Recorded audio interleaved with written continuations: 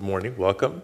I was going to ask a question very similar to what Senator Coons has already asked, and I think has been further extrapolated in response to what Senator Blackburn has asked, and that's, acknowledging the difference between being a lawyer versus a judge, being an advocate versus decision making you'd be called upon to do from the federal bench. So just, is there anything further you want to add to your answer or expand upon before I move on?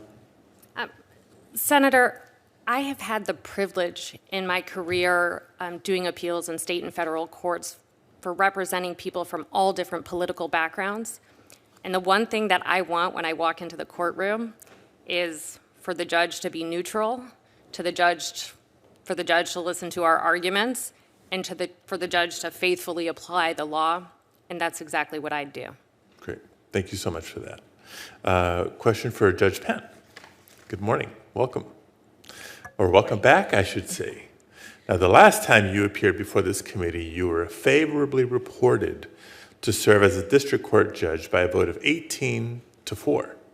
So clearly overwhelming and bipartisan. And that was just less than a year ago.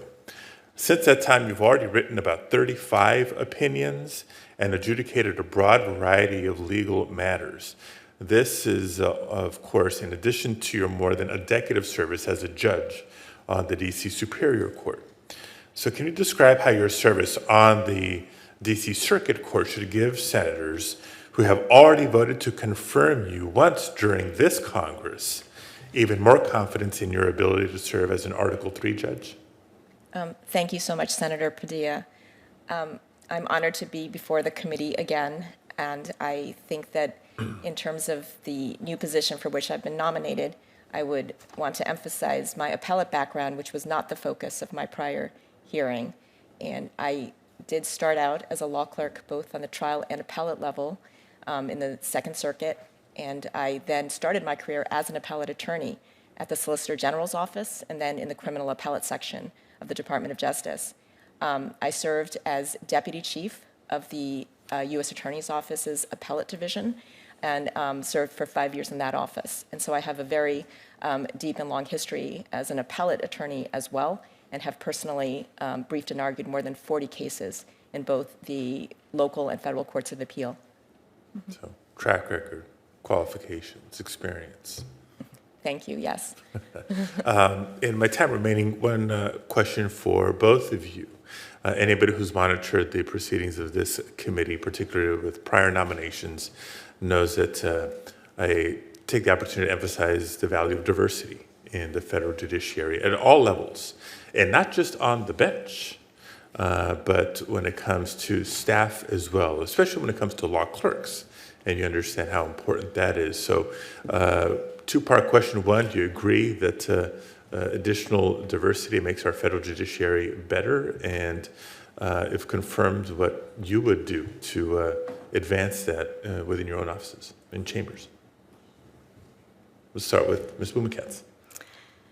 Thank you, Senator. I do agree with you that diversity is very important, and I think diversity serves the federal bench well in multiple respects. One is, I think that it enhances public confidence in the court system, where members of the community can see that the judiciary is made up of people like them.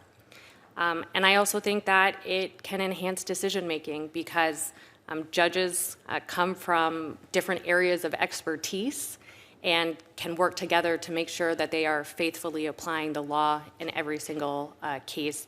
And those are values that I would advance if I'm fortunate to be confirmed. Thank you. Ms. Penn. Thank you. I agree wholeheartedly with the words of Ms. Blumenkatz in this regard. And I also would note that increased diversity also serves the function of providing role models to groups that might traditionally be underrepresented in the legal profession. And I think that's important too. And certainly that's important in the law clerk hiring process. Thank you both. Thank you, Mr. Chair. Thank you, Senator Padilla. Senator Kennedy.